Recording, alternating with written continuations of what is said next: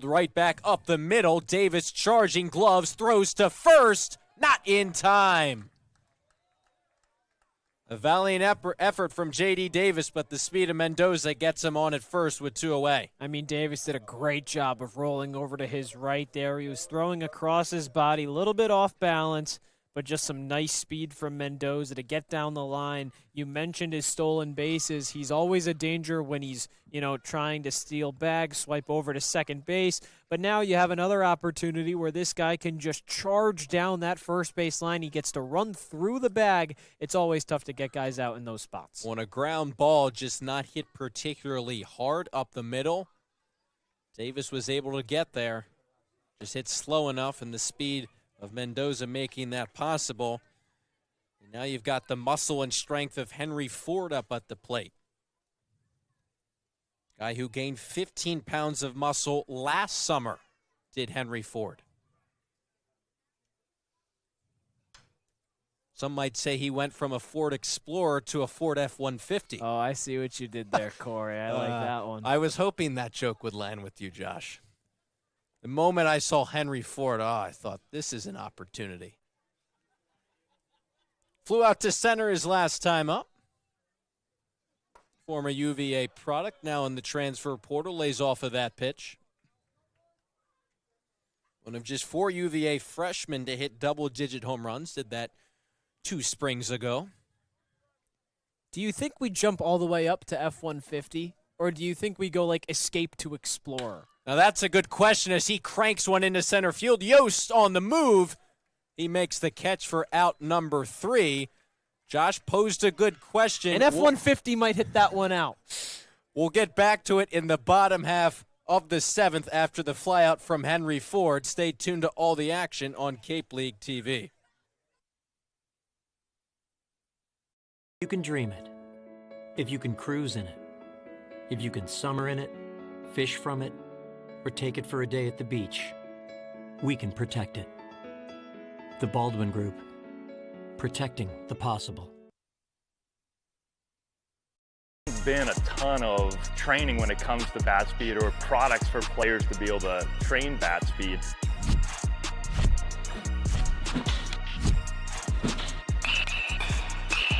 You can improve your bat speed and reach your goals working 10 to 15 minutes a day on this a couple of times a week. That's a no-brainer for every player.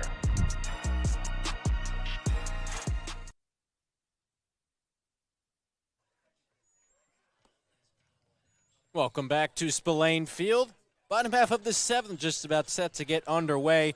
Josh, I guess I'll start with the conversation we were having to end the top half of the 7th, which was if Henry Ford himself were a Ford, which type of Ford model would he be? Again, I'm going to go back to, instead of you saying Explorer to F-150, I'm going Escape to Explorer. I like that because, he's a guy who's obviously tall, added some muscle, but we've seen him on the base pass in motion. He's agile, He has too. some speed. He's already got a stolen base today as well. So the acceleration factor is there. Means 0 to 60 to a whole new level. Those How about RPMs, they're there. He was a bit smaller. Maybe you'd say a Mustang, but, he's a tall guy, so clearly a bigger car would make sense. And that's where we are right now, comparing players to automobiles here on Cape League TV. It's a 9-1 Chatham lead as Ty Daly, who scored the Gatemen's only run back in the 5th, leads things off for Wareham. Daly put a nice swing on a ball driven over into left field. Went the opposite way with it against a lefty, his 2nd time seeing Swink today. Swings at that first pitch off of the end of the bat. Looks like it's playable for Reese. It is. Just inside of the Gateman dugout. And after the first pitch, Daly will have to head back to the dugout. There's one away. Yeah, you can see the frustration on Daly's face there as he, walks back over to the Gateman dugout. He wanted to attack early. It was the first pitch against Swink that he had that double over into left field. He thought, hey, well, you know what? I might as well be able to have that success again on the first pitch. He attacked it just too far off the end of the bat, a little bit too far in front. Timing just wasn't there, and now he's retired here to start the 7th. Brings up Agresti. Watches that first pitch in for a called strike 1. Swink still throwing on the mound, the southpaw, just the second arm the Anglers have used here tonight. You sort of look at the scoreboard, it was that 7-run fourth inning for Chatham that's really been the big difference maker. They were able to add on in the 5th and in the 7th, but a tough break for Wareham after it was that really big 8th inning against Hyannis just 2 days ago that it could be another big inning that is the difference maker in a loss again here tonight. Yeah, Consiglio really started to get behind in the count back in that 4th inning. Really different from what he was doing in the first 3 innings of action. He was getting ahead of batters. He was doing a good job of just kind of pounding the zone and making them beat him instead of him beating himself. That changed in the 4th inning, and it really led to a Chatham explosion offensively. Rusty hoping maybe to spark a late Wareham rally. At least get any kind of momentum offensively. They did get on the board back in the 5th, but still just 1 run. 1-2. Half-hearted swing. Pitch missed outside, so the count even at 2-2.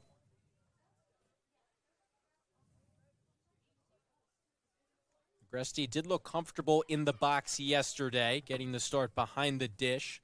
Now at first base. Waiting on a 2-2. Taking low. Count now full. He's had a pretty nice day over at first base, especially not for a primary first baseman. I mean, a guy he caught yesterday. He came off the bench in Game 1 against Hyannis. He had a pinch hit opportunity. I mean, this is a guy that can really show that he's available in any essence for head coach Ryan Smythe. That pitch in there for a called strike 3. So Agresti set down looking, 2 up, 2 down here in the last of the 7th. Nice pitch on the outside corner, went with the back door, did swink. And again, he's just attacking hitters. That's been the Chatham game plan so far this entire game, is all they've done is just pound the zone. They've made Wareham try and put balls in play, beat them. And when you haven't had that success so far over now the course of nearly 3 games, that has to just be the mindset if you're facing the Gatemen. Make them beat you. Don't give yourself any chances to let them off the hook. So pinch hitting for Chase Cruson here is Caden McDonald, a guy who Wareham is mostly going to, you would think, utilize as an arm, as a starter, as a reliever, but a guy who has two-way ability, getting his first at-bat of the summer, the Florida redshirt freshman. At Florida this past spring, just 1 at-bat as a hitter, 4-0 and 20 appearances on the mound. So again, most of his success and appearances at the collegiate level have come as a pitcher, but does have that two-way ability and is sort of utilized as a hitter even still at Florida. And his two-way prowess really showed in high school. He played at Sickles. That's under head coach Eric Luxis. He's acting as the pitching coach here for the Gatemen this season. In 64 career games, he hit .488 with a .607 on-base percentage, had 20 home runs, 19 doubles, and 77 RBIs. And then you look at, on the mound, 1.37 ERA, 20-3 record in his time in high school. So really a guy that can produce on both ends of the field. I mean, it's really important for the Gatemen to have this opportunity, and probably is going to catch a lot of people off guard when they see a guy stepping up to the plate after he's just on the mound. Really impressive high school and college resume. Heading the count 3-1, make it 3-2. You're talking about a player who overcame a line drive to the face that briefly threatened his ability to hear. Rehabbed, got back on the field, and put up all of those high school numbers and numbers now at Florida as well. 3-2 with 2 away.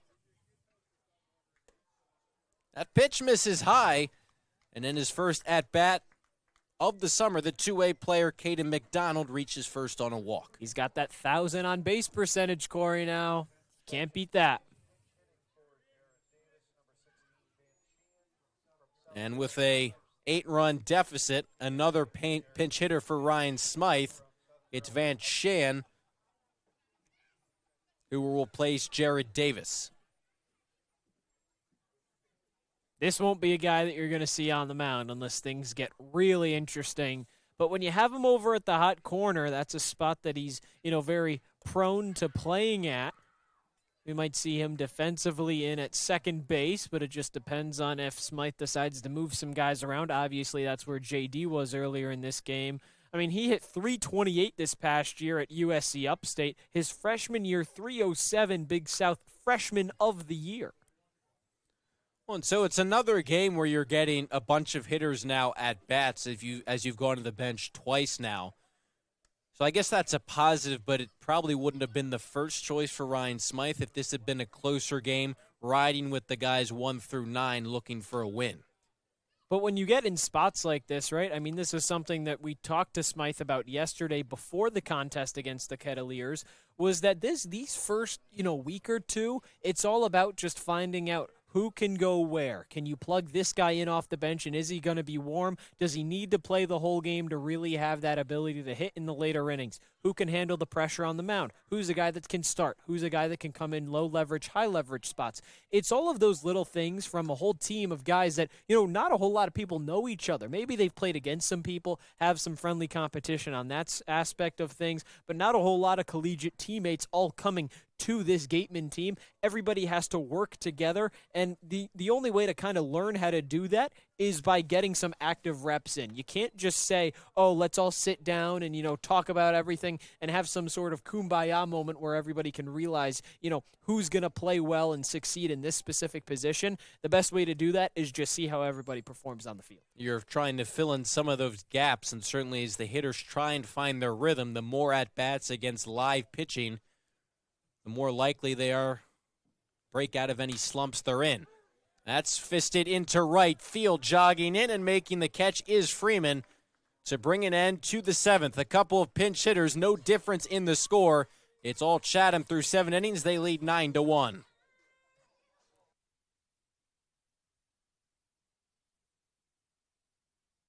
Turf Specialties has set the standard for high-quality natural grass athletic field construction. As a full-service athletic field construction company, we specialize in design, build, and renovation of native soil, modified soil, and sand-based athletic fields. Our team will provide you with superior quality, expert guidance, and continuing support long after the completion of our project. We are proud to have built the infield for the Wareham Gatemen Field. Go Gate! Cape Cod 5 is proud to be the official banking partner of the Cape Cod Baseball League. Cape Cod 5 offers a broad range of financial products and services tailored for every stage in your financial journey. Reach out to us. We're here to help.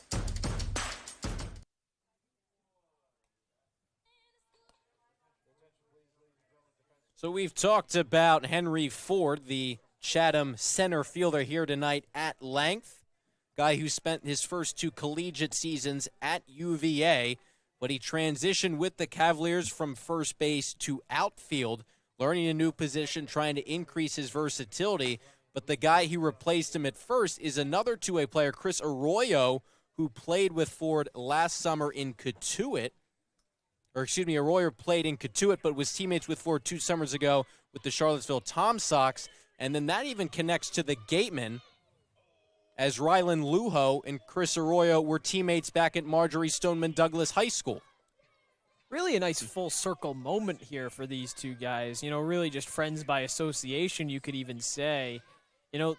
It's stuff like this that makes the Cape special. Everybody coming from so many different places, all of the people that you meet along the way in your journeys through high school, through college, now in Cape Cod, the best summer baseball league in the country for collegiate athletes, trying to make it to that next step, that next level, get drafted, play for a minor league club, maybe even the big leagues if you're lucky. But it really is great to see everybody just kind of come together for spots like this. And speaking of Rylan Luho, part of a couple defensive changes for the Gatemen, he's now at third base, replacing Landon Stripling after a couple of pinch hitters for Wareham in the bottom half of the 7th.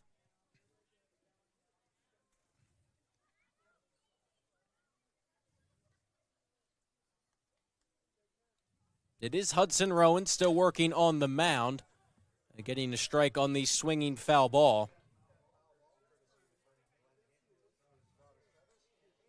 Ace Reese, Isaiah Lane, then Jake Hanley, 3, 4, 5 in the Chatham order.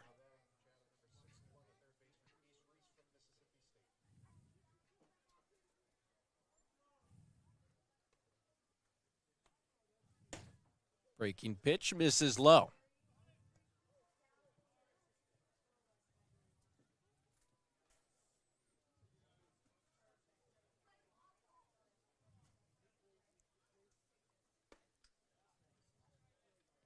Make it 3-2 as Rowan fires in a strike.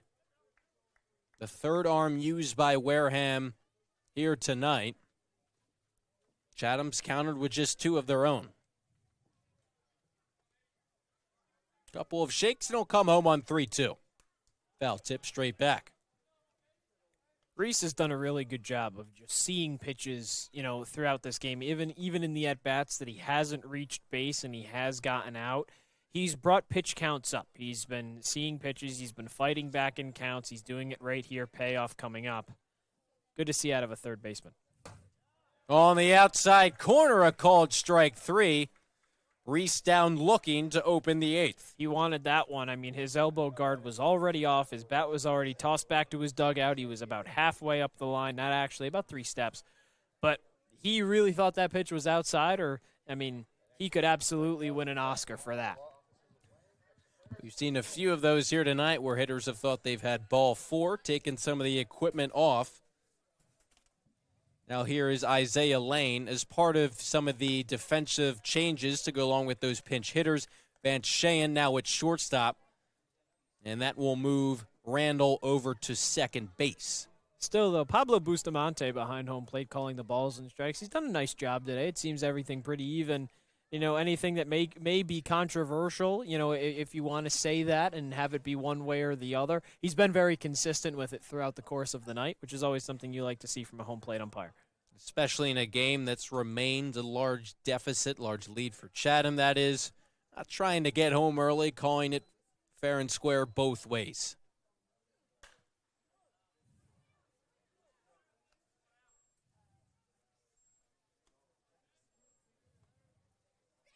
Can even just see how into it Hudson Rowan is on the mound, even with his team down by 8 runs. Really still competing.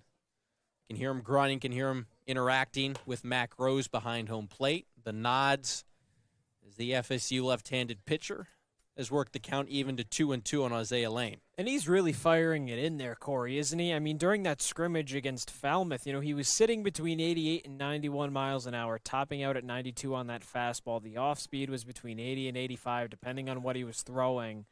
But when you have a guy that hasn't gotten to pitch much in college over the last few years, that's been, kind of in and out. He's been working with new pitches. He hasn't been on a mound a whole lot recently. Getting him these opportunities can prove and, be a very good thing and go a long way as you move on throughout the entire course of a summer. He walks Lane there as the fastball missed high and away.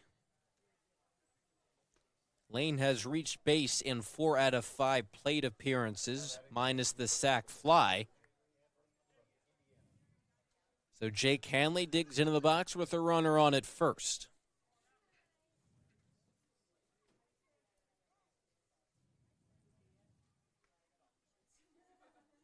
In an ideal scenario, Rowan could take Wareham the rest of the way, finish off the 8th, and pitch again in the 9th, trying to use as few arms as possible, especially in a situation early in the season where teams are going to ask guys who are more prototypically used as relievers at the college level to start some games in a situation where they may not be accustomed to. Luke's has talked about that yesterday. As the runner takes off for second, pitch is a called strike, throw down to second. It's not going to be in time, and Lane has a stolen base. Well, you mentioned, whether or not this would be it for Rowan or if he's going to be able to make it the rest of the way. Nobody's currently throwing over in the Gatemen bullpen. A couple of guys getting loose, getting some stretches in, some arm circles, some cross bodies, but overall, nobody is, eager to enter this game. Rowan might have it for the considerable future, with 5 outs remaining for Chatham. Unless things really get out of hand, but Rowan has looked strong since he's entered into this one. It's 2-2, the count on Hanley. Now a runner in scoring position for him. Lays off of that pitch. Count goes full with 3-2. He wanted it. You might have to go back to the high heat here and just say, hey, if you don't swing, you don't swing. Half offered at it, held his bat back. See what Rowan elects to do here. Hanley struck out his last time up on this 3-2 pitch. Lays off a pitch on the inner part of the plate. And he draws a walk, back-to-back walks, set up 2 runners on for the Anglers. He went back to the fastball. He just went a little bit too far inside. He wanted to paint that picture right over at the waist. Couldn't find it. Now has to fight with 2 on and 1 out.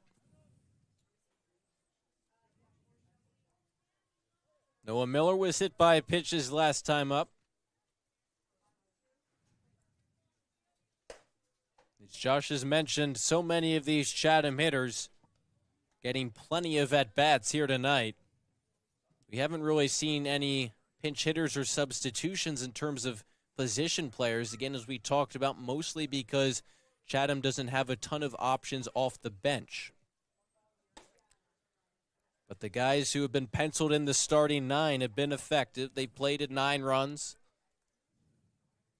and have held on to that lead, which they established back in the 4th with that 7-run inning. Yeah, I mean, just 2 guys that Chatham can go to off the bench if they so choose. One of them, Daniel Jackson, the other, Travis Sanders, both righties, and an already right-handed stacked lineup.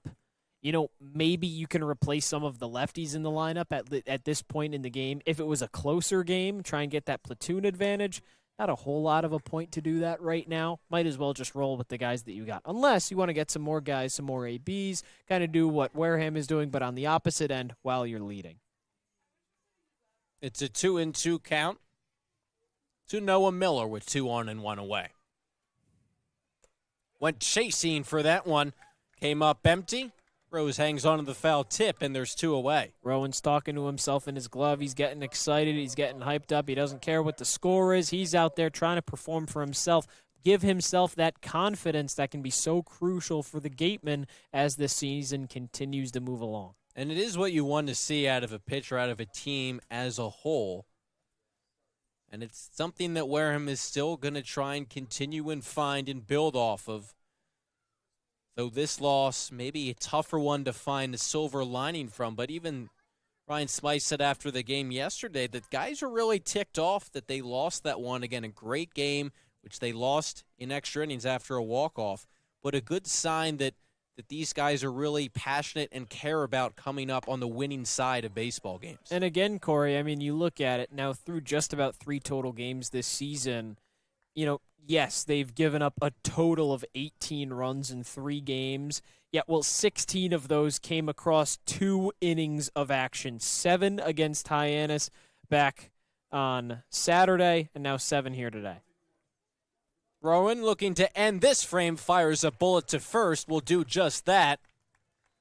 A couple of base runners for Chatham, but can't add on to the lead, which remains at 8 as we head to the last of the 8th here on Cape League TV. Cape Cod 5 is proud to be the official banking partner of the Cape Cod Baseball League. Cape Cod 5 offers a broad range of financial products and services tailored for every stage in your financial journey. Reach out to us. We're here to help. At the Mass State Lottery, we know there's no bigger win than the $1 billion we provide each year to support all 351 cities and towns in Massachusetts. Now that's how we all win. The Mass State Lottery. Welcome to the state of win.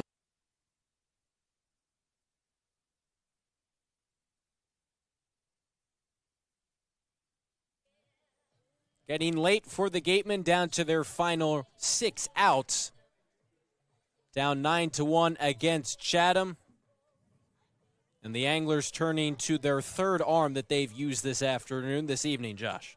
Yeah, Caden Smith coming in 6'2", 195-pound rising sophomore from TCU this past year at Texas Christian. 14 appearances, no starts. He ended the year 1-0 with a 5.25 ERA, 12 innings pitched, 12 strikeouts, 6 walks. Did allow 3 home runs, so maybe a little bit prone to the long ball, but a .250 batting average against BYU back on April 4th. Had 3 scoreless innings, didn't allow a single hit, had 4 strikeouts, ended up being the winning pitcher in that one coming out of relief. Younger brother of a Chatham teammate of his and Georgia pitcher Colton Smith. So some familiarity on this Chatham dugout. And, now entering the game, we'll see how Caden Smith does in this one. At this point, Wareham just trying to get some runs on the board, build some confidence ahead of that matchup against YD tomorrow. Well, he's trying to build off of what has been a near immaculate pitching performance between Taylor and Swink. Swink allowed 1 run in relief, 3 relief innings. It was not earned because of the error by Johnson at first.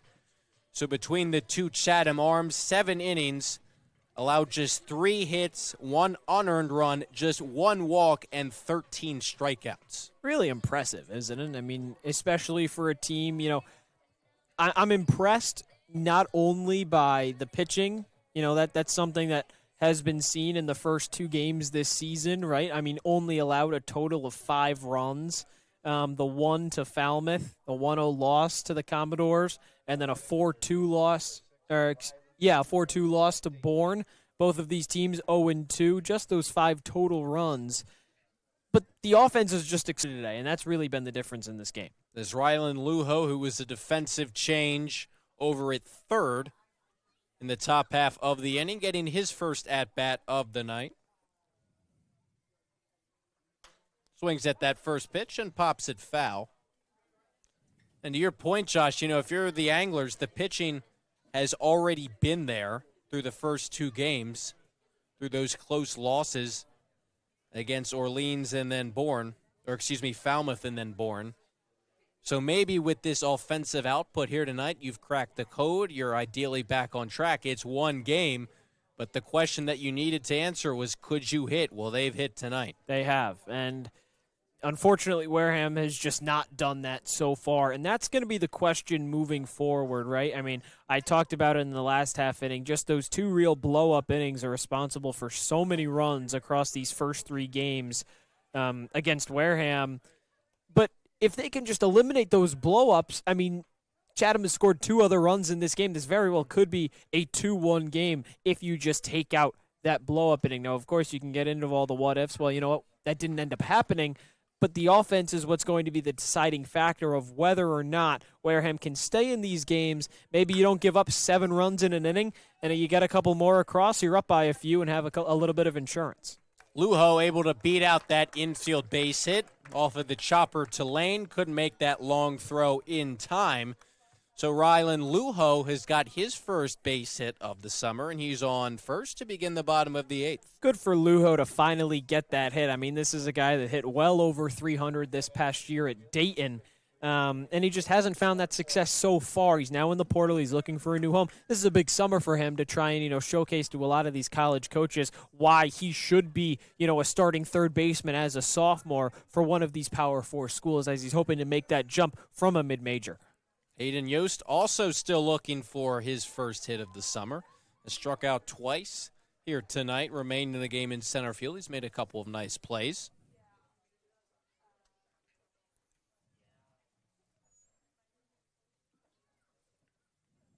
Now facing the righty, Caden Smith.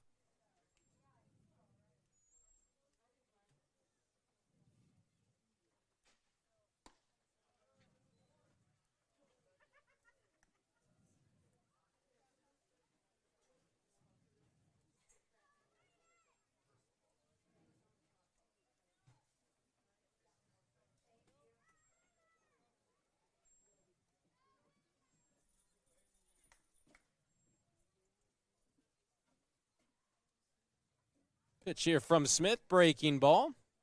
Doesn't catch the top of the zone.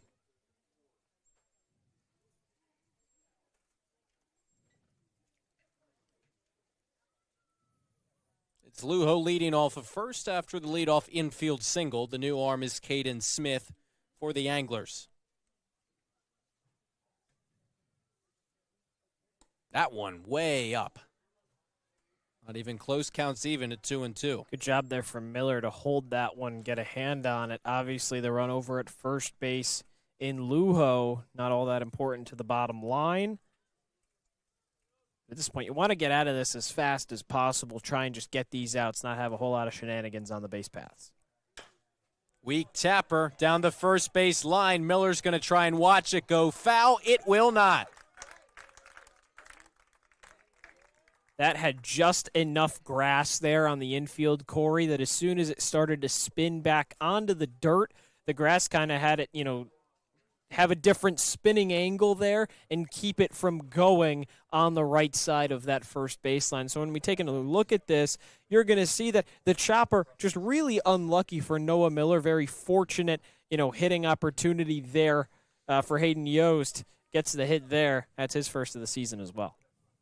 So two guys in search of their first hit of the season, both do so on infield knocks. Yeah, the approach by Miller, probably a good one, trying to let it go foul. Yost probably would have been safe either way. Reaches there. That one off of the glove of Miller, off of actually the elbow guard of Mac Rose. He's hit by a pitch, and now all of a sudden the bases are loaded with no one out. Is there a pulse, Cory? What do you think? The body's not cold yet. I don't think there's a slight one. I think it's gone up just a little bit here. You never know. 2, 3, 4 here in the order. Ty Daly's already got a double in this one. Looks like Smith's going to have a talking to on the mound here, try and talk over game plan. Even if the Gatemen can't come back, just to see some runs come on the board here, just so crucial for the confidence of these hitters. Well, and yet you think about, not that this is the only thing that matters, but when you're a winless team, and if you drop this one, you'd be the only winless team in the Cape so far this summer through 3 games, trying to take positives that you can carry over and build on that team chemistry, which is hard to do, as we've talked about with everyone coming from different programs. At least getting this game closer, I think, would go a long way into giving you some momentum into tomorrow's contest and the rest of the week as well. It would, especially, when you're in a situation, facing a YD team that, it came into today sitting at 1-1, ended up tying today actually against Bourne 4-4. So YD will be 1-1 ahead of tomorrow's contest. Randall slaps that first pitch into center field. It hangs up for 4. Tagging and scoring from third is Rylan Luho. So a sacrifice fly off the bat of Braden Randall, and it's now 9-2 Anglers. Yeah, you want that ball to get down and just kind of die there. One of the only times that you kind of do want that to happen. It was really close to just finding, a spot in that shallow outfield grass. It hung up a little bit too far. Ford made the grab. But a second run does come across, right? And now 5 runs scored in 3 games for the Gatemen, a chance to have its highest scoring output with a runner on second. For who's been their hottest hitter, swing and a miss. Ball briefly got away from Miller. Both runners retreat, though. Yost on at second and Rose on at first. Turner's not been able to replicate his success from the first 2 games tonight. He's 0 for 3, but again, pair of hard-hit singles in last night's game drove in a run. Opportunity to make this even closer. The deficit is now 7. Takes snap throw to first behind Rose. He slides back just in time. Ooh, that was close, Cory. Rose did a nice job to get back there. Beautiful tag applied by Cole Johnson. Really made that a lot closer than it should have been.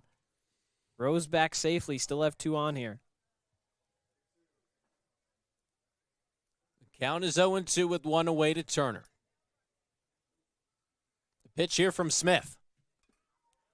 Big swing and a miss. So Turner is retired on strikeouts for the 3rd time tonight. A big second out of the inning.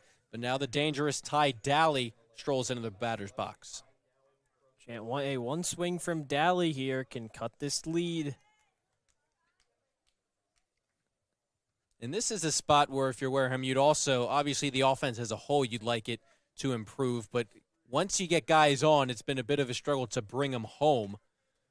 Hoping that their average with runners in scoring position can increase here with their cleanup man, Daly, who doubled earlier in this one.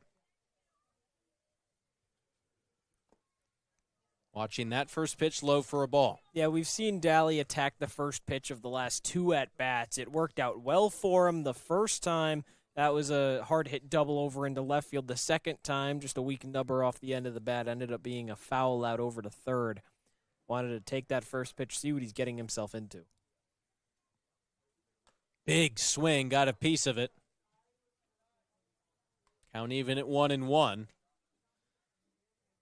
You think maybe Daly, especially given that double back in the fifth, as he solidified his spot as maybe the Wareham cleanup man, at least for an extended duration here, has been one of the more consistent spots for a Gatemen hitter we've seen through the first 3 games.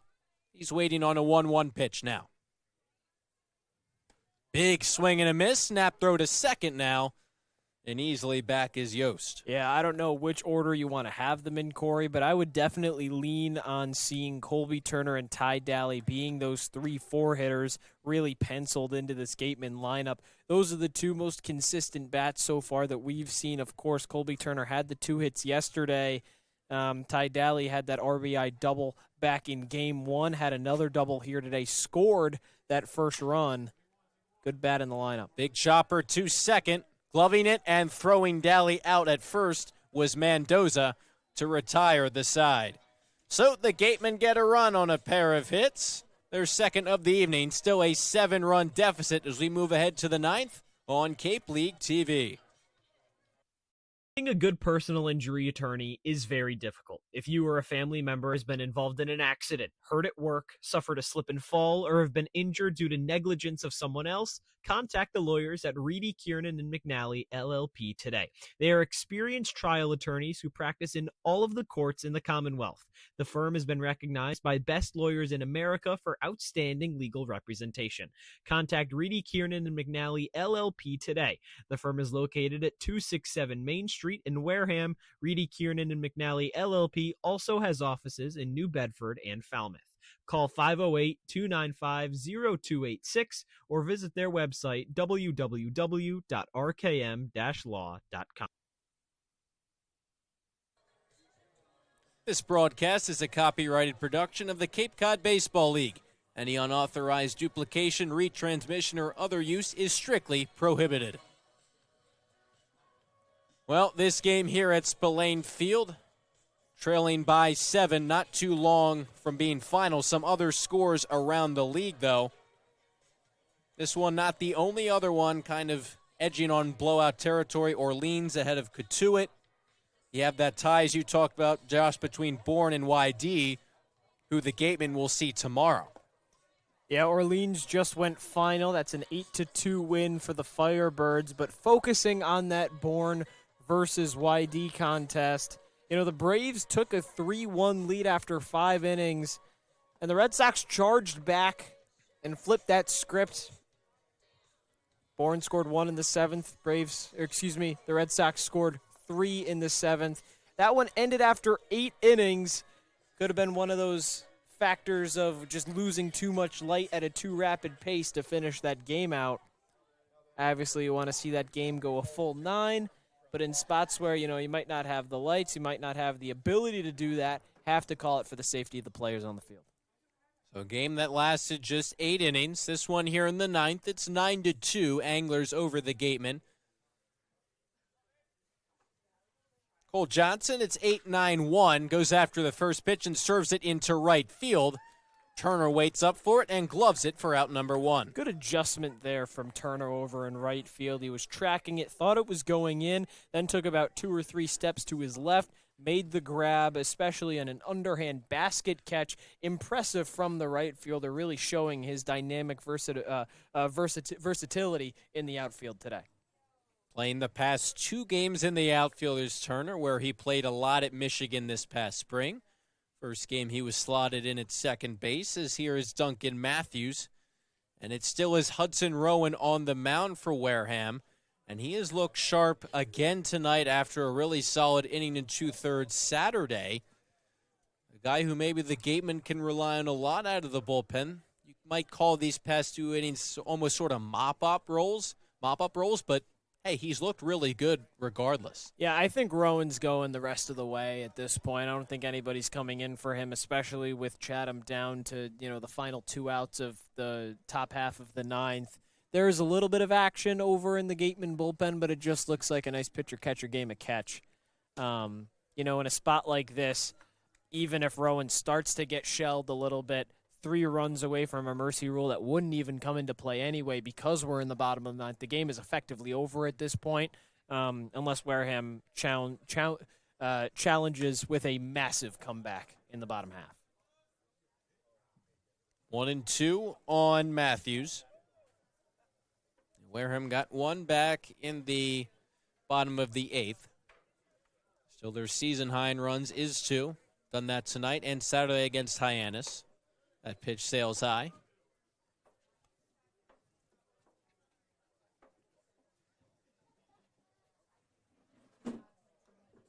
And again, to some of these people that might just, look at the box scores at the end of a game, it can be easy to think, wow, these guys are giving up a lot of runs.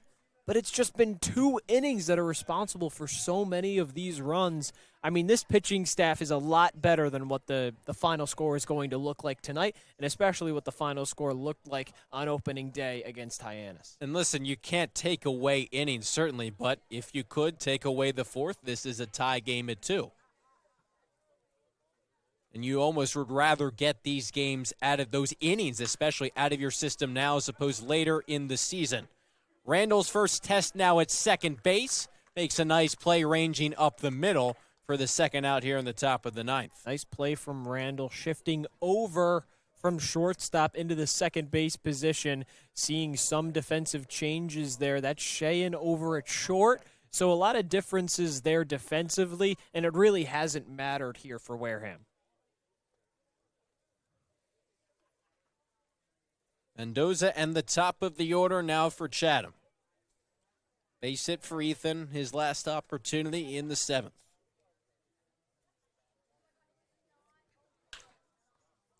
On the ground to shortstop, Cheyenne gobbles it up, slings it across in time for out number 3. 3 up, 3 down. Go the Anglers in the top half of the 9th. Wareham down to their final 3 outs, trying to keep the game alive when we return on Cape League TV. If you need to dig, lift, move, grade, clear, or cut, pump, weld, clean, light, and just about anything else, dial up the rental source for the newest and the most reliable equipment in New England. Staffed with equipment and construction experts, Milton Rents, your local source.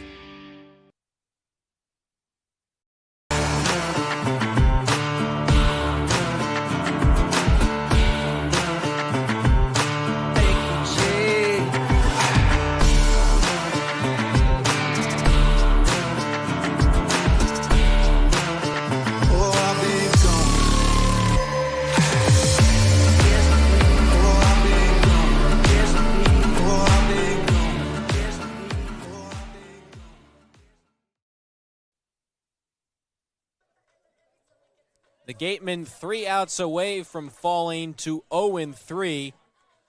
Chatham in search of their first win as well. 3 outs away from improving to 1-2. Cory Miller, Josh Richardson back here with you from Spillane Field on Cape League TV. And it was that big inning, 7-run 4th for Chatham. That's got them where they are now, added on 2 more. Wareham's responded with 1 most recently in the 8th, but it is a 7-run deficit as Agresti digs into the box to begin the bottom half of the 9th. Yeah, Cory, 0-3 isn't great, especially we can see that that's where this one is trending. But when you look at the bigger picture here, there's worse places in a schedule to kind of go on a losing streak and just not be able to produce a whole lot of runs.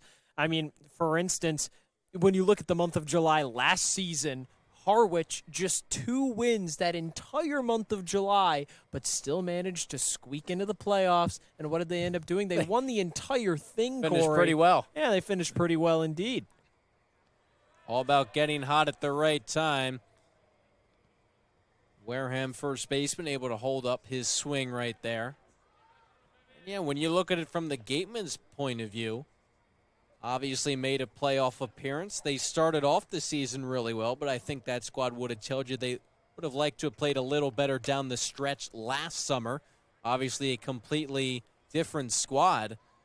And yeah, every single one of these teams is still awaiting some players from Omaha and where else, but it's no way, shape, or form a complete squad, any team, when you look across the Cape. And that'll be something to monitor, Cory, right? Is, when some of these guys that are still in Omaha come in for this Gatemen squad, come in for all of the other 9 teams across Cape Cod, how does the playing time shift? Who's getting written into the lineup more often than not? Who's not getting that mark from the pencil? When you get more opportunities like that, and I mean, the Gatemen are missing multiple pitchers here that are still, away from the team that haven't yet reported to Cape Cod. When you get some of those arms back, especially if they're high leverage arms, you can use them when you're in tight spots. Maybe you don't run into blow-up innings where you're giving up 7 runs. Maybe it ends up just being, 2 or 3. You're still very well in this game. Certainly welcome any new additions that you can get. Agresti drew the walk, so Caden McDonald, the two-way player, is second at bat after pinch hitting for Chase Cruson. Righty on righty, the count's now 2-1.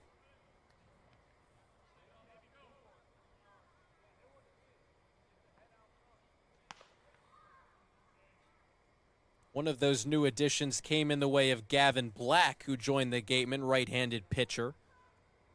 Haven't seen him tonight, but another arm at the disposal for Ryan Smythe. Yeah, another righty that didn't get a whole lot of run this season. Did play a decent amount in 2024. We'll see what type of arm that will provide for head coach Ryan Smythe and the rest of these guys. Breaking pitch, a called strike 3. McDonald knew it. He's down looking. Gatemen down to their final 2 outs. Honestly, I'm sure Black probably might have gotten some run in this game if Hudson Rowan wasn't pitching so well down the stretch. Went hadn't appeared in a game yet this season. Rowan came in a low leverage position against Hyannis when the game was nearly all but decided. Had that same kind of role today, but he's really thrived in that role. Honestly, I wouldn't be surprised if Smythe uses him maybe in a starter's capacity to try and get some of those early outs, especially when showing that he can, minimize any excess damage from an offensive standpoint. Look out below as the bat from Sheehan goes flying. And it is a situation where we've seen teams, again, use those prototypical relievers or guys who maybe haven't had as much experience starting. And they've kind of had to stretch them a little bit, doing so with caution, though, in a new role. Sheehan waits, the 1-1, another big swing, another miss, and it's now 1-2. Well, that's what Daniel Powell did in Game 1 in the start against Hyannis. We talked to Smythe after that contest, and he said, yeah, well, I mean, we were only looking for Powell to go 3 innings, at most. And he went those 3 innings. He only gave up 1 run. He exited and kept the team in a very good position to try and end up winning that game. Comebacker right to the mound, bobbling it as Smith recovers and throws Sheehan out at first. Possible double play, ball goes for naught, though, as moving up to second is Agresti. Will wear him down to their final out. Would have been tough to go 1-6-3 right there for the double play. We saw Sheehan really showcase those wheels running down that first baseline. The good news for the Gatemen, you got another runner in scoring position. The lead runner still on the board. Try and plate another here in the 9th. For Rylan Luho, who picked up his first hit of the summer on an infield knock, the grounder to shortstop back in the 8th, scored the run, the second of the night for the Gatemen, and sees a fastball miss high.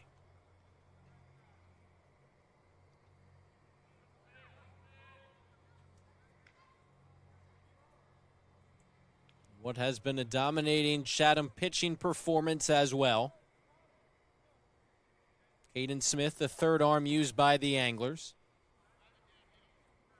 Already threw an inning and 2/3. He's allowed the 1 earned run.